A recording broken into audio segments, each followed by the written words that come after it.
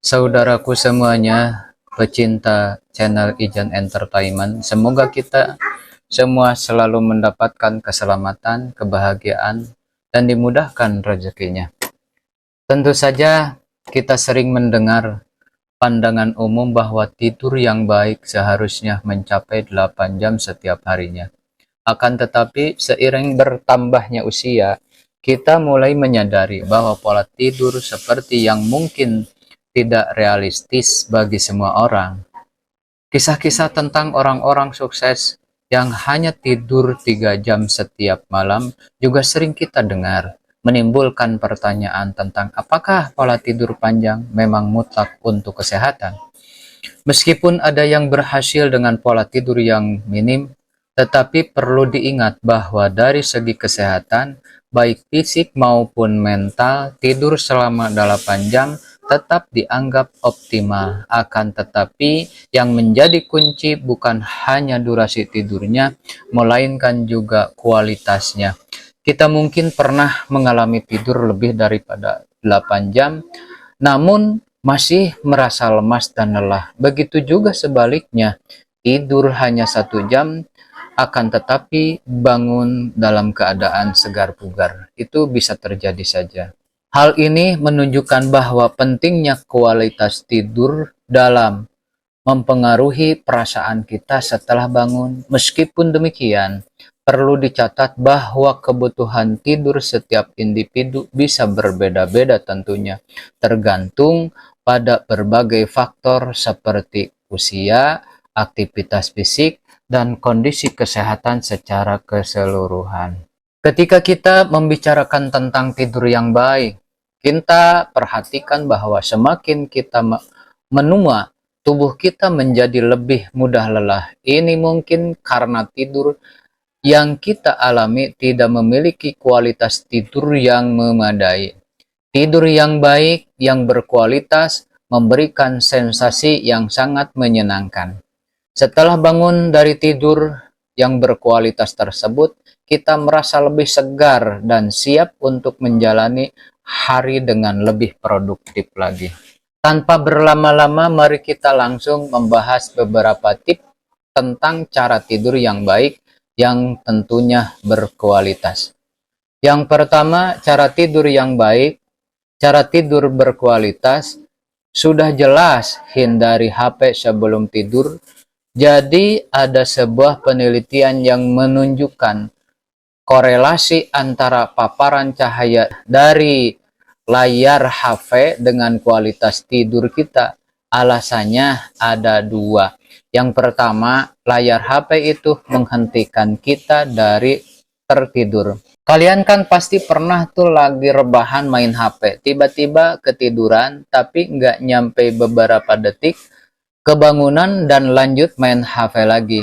Kalaupun HP-nya mau taruh dan kamu fokus tidur, tetap sulit buat kita tertidur lagi. Jadinya, ia malah main HP lagi. Meskipun tidur lagi, ujungnya kualitas tidur jadi gak baik juga. Selain itu, penggunaan layar HP juga dapat mempengaruhi kualitas tidur kita.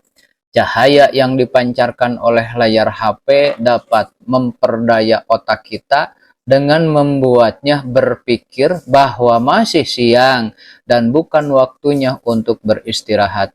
Akibatnya, kita akan mengalami kesulitan untuk tidur. Kunci utamanya supaya kita memiliki kualitas tidur yang baik adalah menghindari penggunaan HP setidaknya 1 jam sebelum tidur.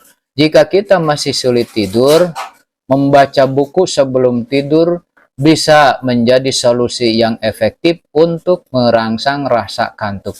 Terlebih lagi, buku-buku yang memiliki isi yang berat atau membosankan sering kali efektif dalam membuat kita mengantuk. Ingatlah, ketika kita masih bersekolah atau berkuliah, ketika kita belajar materi-materi yang menantang seperti matematika, kita cenderung langsung merasa mengantuk dan ingin tidur.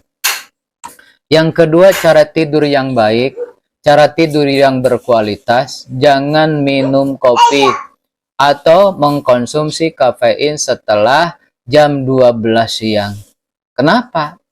Karena kafein itu baru benar-benar berkurang, ya bukan hilang, itu 12 jam sampai 14 jam setelah kita mengkonsumsi kafein.